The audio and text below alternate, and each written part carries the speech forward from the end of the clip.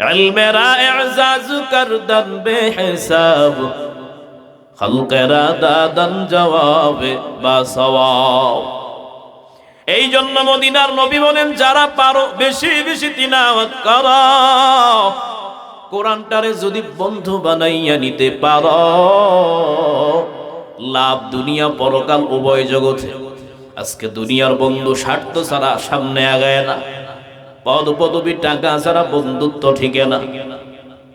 কোরআনকে যদি বন্ধু বানাইতে পারো, কবরে যাওয়ার পর কোরআন আপনার বন্ধু এমন ভাবে হয়ে যাবে, বান্দারে প্রশ্ন করার জন্য ডান দিকে যাবে, দেখবে বাধা দিবে, বাম দিকে যাবে বাধা দিবে, সামনে যাবে বাধা, পিছনে বাধা। কে তুমি বাধা দাও? আল্লাহর পক্ষ থেকে প্রশ্ন করার জন্য আসলাম। আয় বান্দা, সবে মাত্র আরামের ঘুম ঘুমাইছে, ডিস্টার্ব করবা না, যা লাগে আমাকে প্রশ্ন করো, আমি জবাব দেব। ওই কে তুমি? কয় আমি বান্দার চরম বন্ধু কুরআন। জান্নাত পর্যন্ত কোরআন আপনারে পৌঁছাইয়া বিদায় নিবে। এই জন্য বন্ধু বানাইলে কোরআনকে বানাও, কোরআনকে আপন বানাও। যদি বানাইতে পারো, দুনিয়াতেও সম্মান, পরকালেও সম্মান বাড়ায় দিবে কে? জোরে বলেন না। মুরগির মতো জিমাইতেছি, জোরে বলেন কে? আমার একটা দামি কাপড়, বড় দাম, কিন্তু সম্মান নয়। সামান্য একটা কাপড়, 50 টাকা দামের রেহান, কোরআনের সাথে যখন গিলাপ হয়ে লেগে গেল। ময়মনসিংহের মুসলমান, সরল মনে জবাব দাও, আমার কাপড়ের দাম বেশি নাকি গিলাফের দাম বেশি? বুঝেন নাই মনে পিছনের ভাইরা? আমার কাপড়ের দাম বেশি নাকি গিলাফের দাম বেশি? কয় আমি তো কিনলাম বেশি দাম দিয়া, কিন্তু না না, আমারটা দামি হলো, কোরআনের সাথে কোনো সম্পর্ক নেই। ওই গিলাফের সাথে, গিলাফের সম্পর্ক কোরআনের সাথে ভালো। এই জন্য গিলাফ রে কেউ ছুঁড়ে মারে না, লাথিও মারে না। যদি ভুলেও পড়ে যায়, বুকে দেয়, চুমু খায়, আল্লাহর কাছে ক্ষমা চায়। এত সম্মান এই সামান্য গিলাফের কেন? কয় কোরআনের সাথে সম্পর্ক ভালো, এই জন্য গিলাফের দাম বাড়ায় দিছে কে? কে বাড়াইছে? আল্লাহ বাড়ায় দিছে। আমরা কাঠ দিয়া কত কিছু বানাই, খাট, চেয়ার, টেবিল, লক্ষ লক্ষ টাকার খাট বানাই, রাগের মাথায় লাথিও মারি, সম্মান নাই, সালামও নাই, ইজ্জত করি না। কিন্তু সামান্য একটা রেহান যখন কোরআনের সাথে লেগে যায়, দাম মাত্র 50 টাকা। এবার বলেন, লক্ষ টাকার খাটের দাম বেশি নাকি 50 টাকার রেহানের দাম বেশি?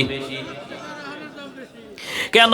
একটাই কারণ, রেহানের সম্পর্ক কোরআনের সাথে ভালো। সম্পর্ক ভালো হওয়ার কারণে খাট থেকে রেহানের সম্মান বাড়ায় দিছে কে? যে বান্দা কোরআনটারে আপন বানাইয়া নিবে,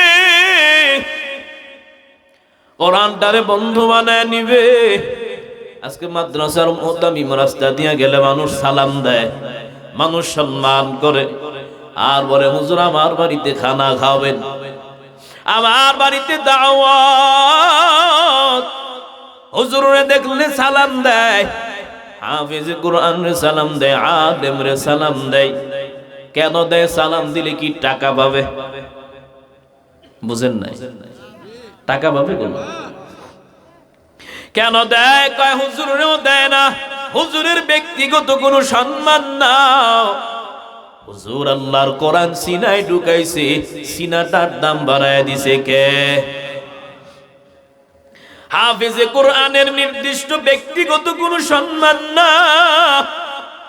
মানুষ সম্মান করে, ইজ্জত করে একটাই কারণ, আল্লাহর কোরআন সিনায় লাগাইছে, সিনাটার দাম আল্লাহ বাড়ায় দিছে। এই জন্য হাফেজের সম্মান করে, আলেমরা সম্মান করে। মূলত টাকা বেশি না, মূলত সম্পদ বেশি না, সম্মান মানুষ করে আমার মাওলার কুরআন। উলামায়ে কেরাম লাগাইছে, সিনায় অন্তরে ধারণ করেছে। উলামায়ে কেরামের সম্মান আমার মাওলা বাড়ায় দিছে, ঠিক কিনা? দুনিয়াতেও সম্মান, পরকালে মনে হয় নাই, আছে না? মদিনার নবী কয়েকজন হাফেজ, শুধু হাফেজ হইল, কোরআনটারে পড়ল, অধ্যয়ন করল। মদিনার নবী কয় আমার মাওলা কিয়ামতের ময়দানে অর্ডার করবেন, ও হাফেজে কুরআন যাও যাও, কোরআন অনুযায়ী চলার কারণে জান্নাত তোমারে দিয়া দিলাম। হাফেজে কুরআন জান্নাতের দিকে রওনা। আল্লাহ ডাক দিয়া বলবেন, ও হাফেজে কুরআন তুমি একা জান্নাতে যাবা না, তোমারে হাফেজ বানাইতে গিয়া মা বাবা অনেক চেষ্টা করেছে, মহল্লার মানুষ তোমারে পাঞ্জাবি বানায় দিছে, মহল্লার মানুষ তোমারে নাস্তার টাকা দিছে, একা একা যাবা না, তুমি যারে ভালো লাগে বেছে গুনে 10 জন জাহান্নামীরে তুমি সাথে করে জান্নাতে নিয়ে যাও। আর একজন হক্কানি আলেম শুধু 10 জন না, পিছনে হাজার হাজার লোক জান্নাতে নিয়ে যাবে। এই জন্য কয় কোন আলিমান, সম্ভব হলে আলেম হও, আও মুতাআল্লিমান অথবা আলেমের ছাত্র হও, আও মুঈনান অথবা সহযোগী হও, আও মুহিব্বান অথবা ভালোবাসো, ওয়ালা তাকুন খামিসান ফাতুহলিক 5 নাম্বার হয় না, ধ্বংস হয়ে যাবা। উলামা বিদ্বেষী হয় না, কারণ উলামায়ে কেরাম জমিনে যা করে নিজের জন্য না, ফ্যামিলির জন্য না, বংশের জন্য না, যা কিছু করে বলে সব মাওলার দ্বীনের জন্য। এই জন্য উলামায়ে কেরামের সম্মান আমার মাওলা দুনিয়াতেও দিছে, পরকালেও দিবে, ঠিক কিনা? কারণ তারা তো আমার মাওলার শ্রেষ্ঠ কালাম পড়ে। বড় দামি এক কিতাবের নাম কোরআন। এই কোরআন যারা শিখে পড়ে, আমরা তো মনে করি দুনিয়ায় যারা টাকাওয়ালা, ক্ষমতাওয়ালা, ধন সম্পদওয়ালা, তাদের সম্মান হয়তো আল্লাহর কাছে বেশি। না রে বাবা না, মদিনার নবী কা খায়রুকুম মান তাআল্লামাল কুরআন ওয়া আল্লামা। মদিনার নবী জানায় যারা দুনিয়াতে কোরআন শিখে এবং শিখায়, শিখনেওয়ালা, শিখানেওয়ালা জামানার শ্রেষ্ঠ মানুষ, উত্তম মানুষ। এই জন্য যারা মাদ্রাসায় পড়ায়, অন্য লাইনে কোরআন শিখে এবং শিখায়, তারা হলো জামানার শ্রেষ্ঠ বান্দা, ঠিক কিনা? তাদেরকে আমার মাওলা সম্মান দেয়। মদিনার নবী কয় আমার কোন উম্মত, কোন কোরআনওয়ালা মাদ্রাসার তালিবুল ইলম শিক্ষার্থী কোরআন শিখার জন্য যখন রাস্তা দিয়া যায়, আমার মাওলা তার পায়ের নিচে কুদরতি ফেরেশতাদের মাধ্যমে নূরের ফর বিছানা বিছায়া দেয়। দাম আছে না নাই? এমনকি তাদের সম্মানটা কেমন, কবরের পাশে দিয়া যদি যায়, আমার মাওলা তাদের বরকতান আযাব বন্ধ করে দেয়। সুবহানাল্লাহ কইতেন না? আর একটু জোরে কোন। বড় পীরের দরবারে এক আম্মা জান চলে গেল।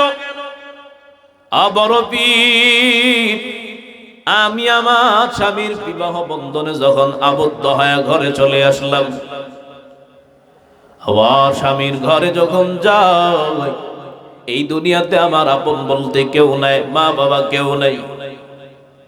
আল্লাহ পাক আমাদের মিলনের মাধ্যমে একটা কন্যা সন্তান আমাদেরকে দিয়েছে।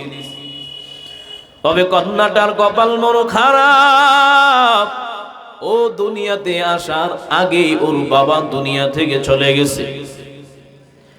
আমি আমার কন্যাটার দিকে তাকায়, নতুন কোন স্বামী আমি গ্রহণ করি নাই, মানুষের বাড়ি কাজ করে করে কন্যাটারে আমি মানুষ বানানোর চেষ্টা করি।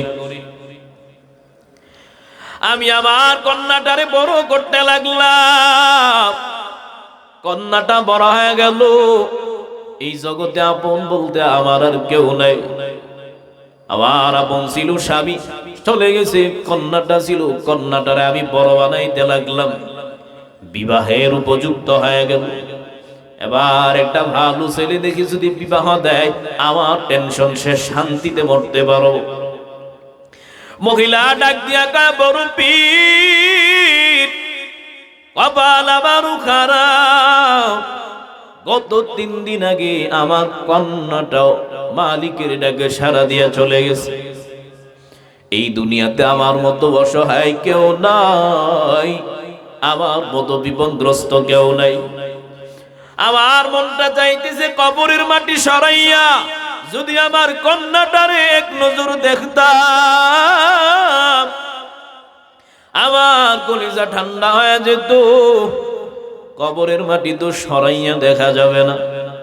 আপনার কাছে আসলাম, এমন কিছু আমল আমারে বলে দেন, যে আমলগুলো করলে আমি আমার কন্যাটারে ঘুমের ঘরে স্বপ্ন দেখতে পারবো। স্বপ্নে যুগেও যদি আমার কন্যাটারে আমি এক নজর তাকায় দেখি, আমার কলিজা ঠান্ডা হয়ে যাবে। এবার বড় পীর ডাক দিয়া কয়, যাও, দৈনিক ঘুমানোর পূর্বে সূরা তাকাসুর পরে পরে ঘুমাও। আল্লাহ গুমুত তাকাসুর, আরে একটু বাড়া দেন না ভাই, কষ্ট হইতেছে তো, একটু রিভাব দেন, কষ্ট লাগতেছে। হাত্তা যুরতুমুল মাকাবির কাল্লা সাওফা তা'লামুনা সুম্মা কাল্লা সাওফা তা'লামুন। এই সূরাটা পরে পরে ঘুমাইবা, ঘুমানোর পূর্বে দরুদ শরীফ পড়বা, ইস্তিগফার পড়বা, নিয়ত করে করে ঘুমাইবা। আমার মাওলা ঘুমের ঘরে কন্যার সাথে মুলাকাত করায় দিবে। এবার আমল নিয়া মহিলা দৌড়াইয়া বাড়িতে যায়, যাওয়ার পর দৈনিক প্রতিদিন আমল করে করে ঘুমাই, দৈনিক সূরা তাকাসুর পরে পরে ঘুমাই, নিয়ত করে ঘুমাই, আল্লাহর কাছে চায়। 1 দিন 2 দিন 3 দিন আমল করার পরে আমার মাওলা ঘুমের ঘরে আম্মা জান মহিলা তাকায়া দেখে বিশাল বড় সামনে এক ময়দান, অন্ধকার, ওপার থেকে কান্নার একটা আওয়াজ। জানার কৌতূহল নিয়ে ঘুমের ঘরে অন্ধকার দিয়া দৌড়াচ্ছে। কাছাকাছি নিয়ে দেখি কান্নার আওয়াজটা পরিচিত মনে হয়, পরিচিত কান্নার আওয়াজ। আম্মা জান কয়, কাছাকাছি গেলাম, গিয়া দেখি একটা গর্তের ভিতরে দাউ দাউ করে আগুন জ্বলে। আর আমার যে কন্যাটা 3 দিন আগে বিদায় নিয়ে চলে গেছে, ওই কন্যাটার চুলের মধ্যে মুষ্টি বেঁধে উপরে ঝুলন্ত রাখছে, নিচে দিয়া দাউ দাউ করে আগুন জ্বলে। আমার কন্যাটা ওখান থেকে চিল্লা পাল্লা করে আর বলে, আমাকে বাঁচাও, আমি আর আগুন সহ্য করতে পারি না। আম্মা জান ঘুম থেকে উঠে গেল, কারণ কোন মা সন্তানের কষ্ট দেখে মা ধৈর্য ধরতে পারে না। মা বাবার মন বড় সন্তানদের প্রতি দুর্বল, বড় নরম। সন্তান এত পরিমাণে মা বাবাকে আঘাত দেয়, মা বাবা কিন্তু বদদুয়া দেয় না, বরং দোয়াই করে। কারণ সন্তান লালন পালন করা, একটা মা বাবা জানে সন্তান লালন পালন করা কত কষ্ট। সন্তান লালন পালন করে বড় করা কি পরিমাণে কষ্ট, এটা অন্য কেউ বুঝবে না, যারা মা বাবা হয়েছে তারাই বুঝবে। এবার আম্মা জান ঘুম থেকে উঠে দৌড়াইয়া বড় পীরের বাড়িতে রওনা হয়ে গেলেন। ডাক দিয়া কয়, বড় পীর, আমল দিলেন, আমল কর, ফলাফল এমন হবে ধারণা ছিল না। আগে যতটা কষ্টে ছিলাম, এখন আরো বড় কষ্টে আমি পড়ে গেলাম। কেন কি হয়েছে? আমি তাকায় দেখলাম আমার কন্যাটা আগুনে দাউ দাউ করে জ্বলে। কয় তোমার কন্যা কেন আগুনে? কয় কন্যাটারে কি দুনিয়াতে দিনের লাইনে চালাইছ? না না চালায় নাই। কেন চালাও না? বাবা ছিল না, শাসন করি নাই। তোমার কন্যা আগুনে যাবে না তো কোথায় যাবে? না এত কিছু বুঝি না। আমন আবার নতুন করে বলে দেয় কন্যাটারে যেন আমি আগুন থেকে মুক্তি দিতে পারি। পায় যাও, বাড়িতে যাও, আল্লাহর দরবারে কান্নাকাটি করো, চোখের পানি ফালাও, সন্তানের জন্য ক্ষমা চাও। আর যদি কোনো আলেম পাও, মাদ্রাসার ছাত্র পাও, দোয়া চাও। বাড়িতে গিয়া কান্নাকাটি করে আল্লাহর কাছে দোয়া চায়, আল্লাহর কাছে দোয়া করে। মালিক বলেন, মদিনার নবীর মাধ্যমে জানায়া দেন, বান্দা হাজারো অন্যায় করার পরে, গুনাহ করার পর অন্তরটারে নরম করে যদি আল্লাহর দরবারে চোখের পানি ফালায়া বলতে পারে, ও দয়ার মালিক, আমার মতো নাফরমান কেউ নাই, আমার মতো খারাপ কেউ নাই, আমার মতো জালিম কেউ নাই। বান্দা যদি আল্লাহর দরবারে চোখের পানি ফালায়া বলতে পারে, কি পরিমাণে গুনাহ আমার মাওলা দেখবে না, কি পরিমাণে অন্যায় আমার মাওলা প্রক্ষেপ করবে না। বান্দা যদি দুইটা ফোঁটা চোখের পানিও ফালায়, ওই চোখের পানির বিনিময়, তাওবার বিনিময় আমার মাওলা বান্দার পিছনের সব গুনাহ ক্ষমা করে দিবে।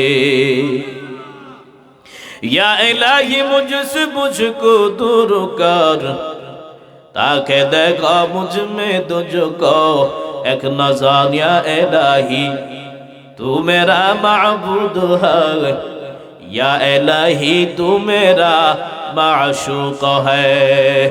गुनाह करते करते আমাদের জিন্দেগি শেষ, ঠিক নেই? গুনাহ করেন না এমন কেউ আছেন বলতে পারবেন?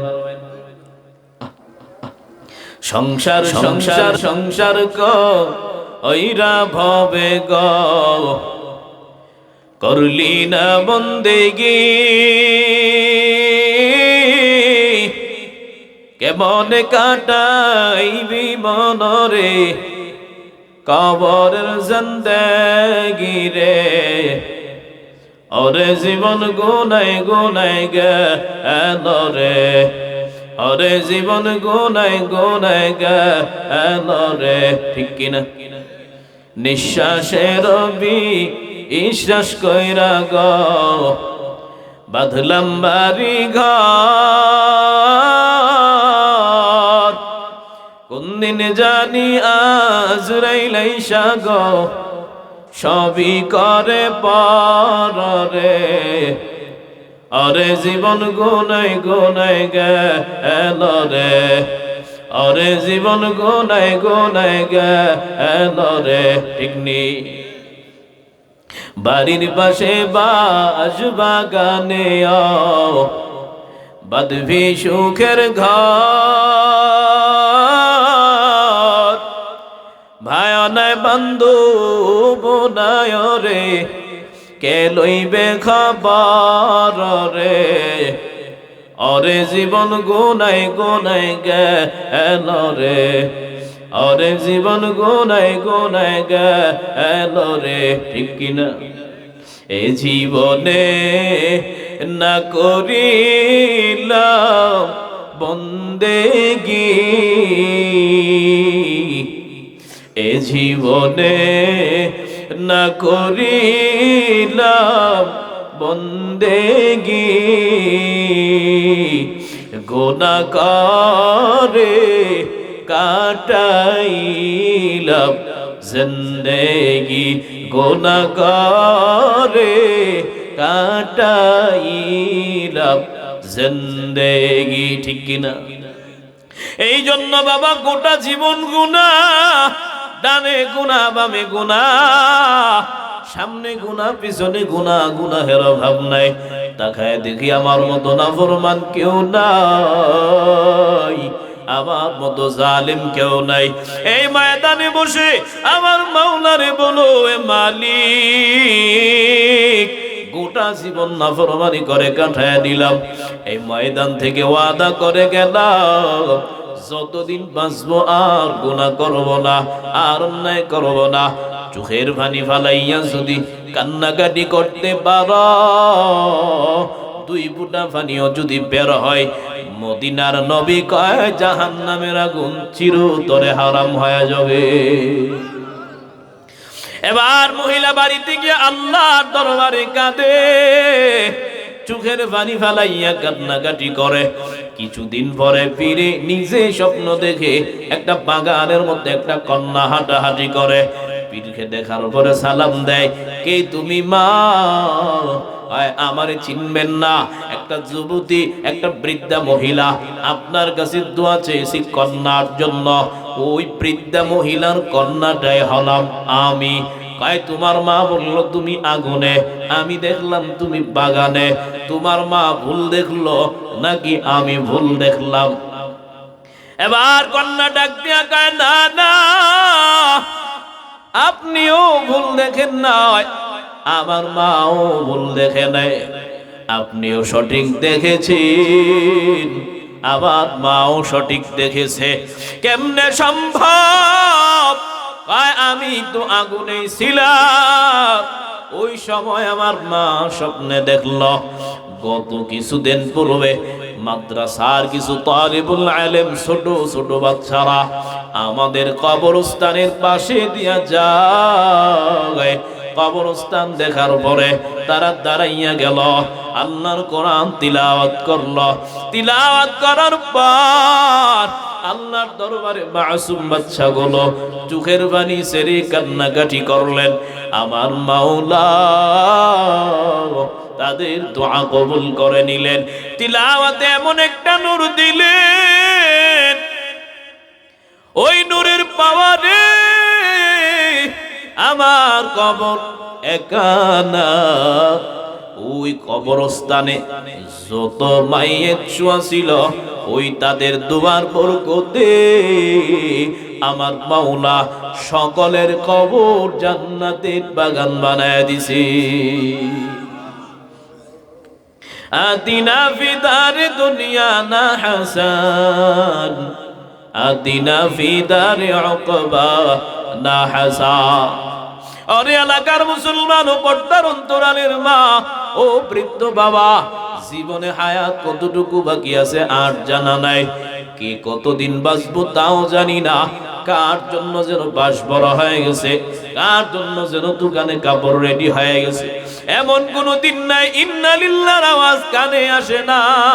কোন দিন যেন মরণ হয়, ওই দিন আসার আগে আগে কোরআনের বন্ধু হয়ে যাও, কোরআনওয়ালা হও, সন্তানগুলোরে কোরআনওয়ালা বানাও, সম্ভব হলে হাফেজ আলেম বানাও। যদি না পারো অন্তত পক্ষে সন্তানটারে কোরআনওয়ালা বানাও, আলেম বানাও, মাদ্রাসায় পড়াও।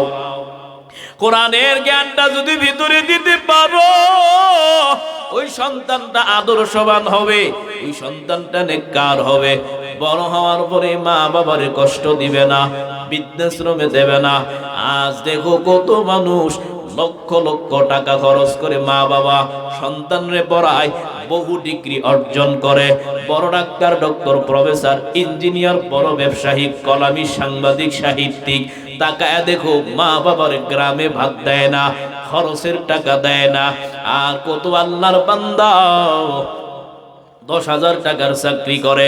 ইমামের দিকে তাকাও, আলেমের দিকে তাকাও, হাফেজের দিকে তাকাও, একটাও গোটা বাংলাদেশ খুঁজে পাইবা না হাফেজ তার মা বাবারে ভাত দেয় না, আলেম তার মা বাবারে ভাত দেয় না। এই জন্য আগে আদর্শবান বানাও। যদি বানাইতে পারো দুনিয়াতেও ফায়দা, পরকালেও ফায়দা। মদিনার নবী কয়, সন্তান যদি মা বাবার কবরের সামনে দাঁড়ায়, মা বাবা যদি জাহান্নামীও হয়, মা বাবা যদি আল্লাহর জাহান্নামেও যায়, সন্তান কবরের পাশে দাঁড়ায়া আমার মাওলার দরবারে চোখের পানি সারিয়া কান্নাকাটি করতে পারে আর বলতে পারে আল্লাহ আল্লাহ রাব্বির হামহুমা কামা রাব্বায়ানি সগীরা।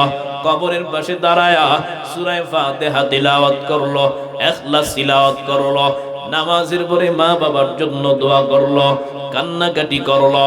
মদিনার নবী কয় মা বাবা যদি জাহান্নামেও যায়, সন্তানের দোয়ার বরকতে আমার মাওলা জাহান্নামী মা বাবার কবর জান্নাতের বাগান বানায় দেবে।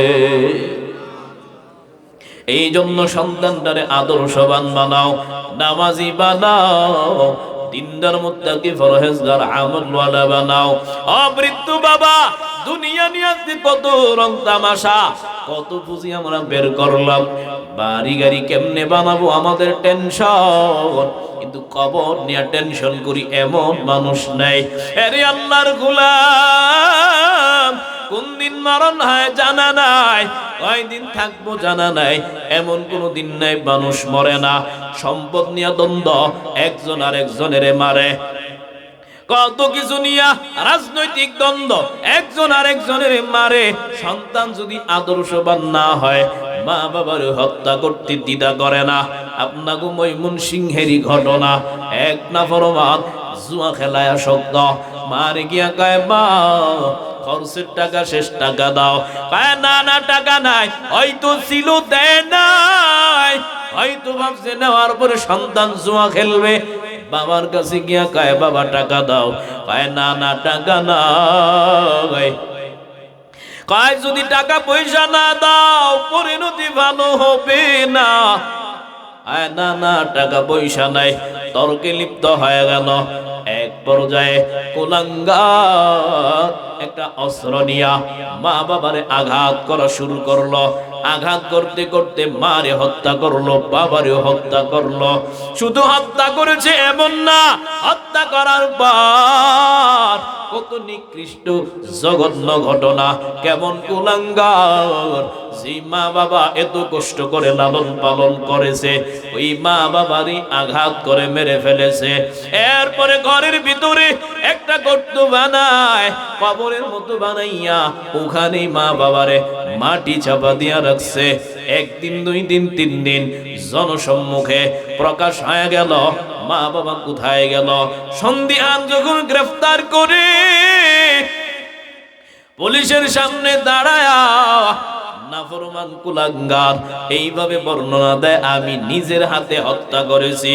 ও বাবা, মনটারে বুঝাও, যে সন্তানের বাবা এত কষ্ট করে লালন পালন করে, কত বাবা রিক্সা চালায়, কত বাবা দিন মজুর কৃষি কাজ করে, কত আল্লাহর বান্দা ঠান্ডা কুয়াশা ভেতরে কাজ করে করে ফ্যামিলিটা চালায়, সন্তানের অভাব বুঝতে দেয় না। কত বাবা ঈদের কাপড় নিজের জন্য কিনতে পারে না টাকার অভাবে, কিন্তু ধার করে হলেও সন্তানের জন্য কিনে। ঠিক নি? ওই মা বাবার সাথে বেয়াদবি কেমনে করো? এমনিতেই তো মা বাবা বড় দামি সম্পদ, যদি কষ্ট দাও চোখের পানি বের করো। বেশি কিছু না, ধ্বংস হওয়ার জন্য এতটুকুই যথেষ্ট। মা বাবা তোমার প্রতি অভিশাপ লাগবে না, কষ্টে পানি বের হয়ে গেছে, হাত উঠাইয়া বদদুয়া দিতে হয় না, অন্তর থেকে আসে। যদি বাবা সফল হতে চাও, মা বাবার দোয়া ছাড়া হয় না। আলেম হয়েছো, হাফেজ হয়েছো, বড় টাকাওয়ালা ক্ষমতাওয়ালা, নিজের ব্যক্তিগত কিছু না, একমাত্র পিছনে মা বাবার দোয়া। এই জন্য মা বাবার সাথে ভালো ব্যবহার করো। বাবারা যারা আছো, সন্তানগুলোরে মানুষের মতো মানুষ বানাও।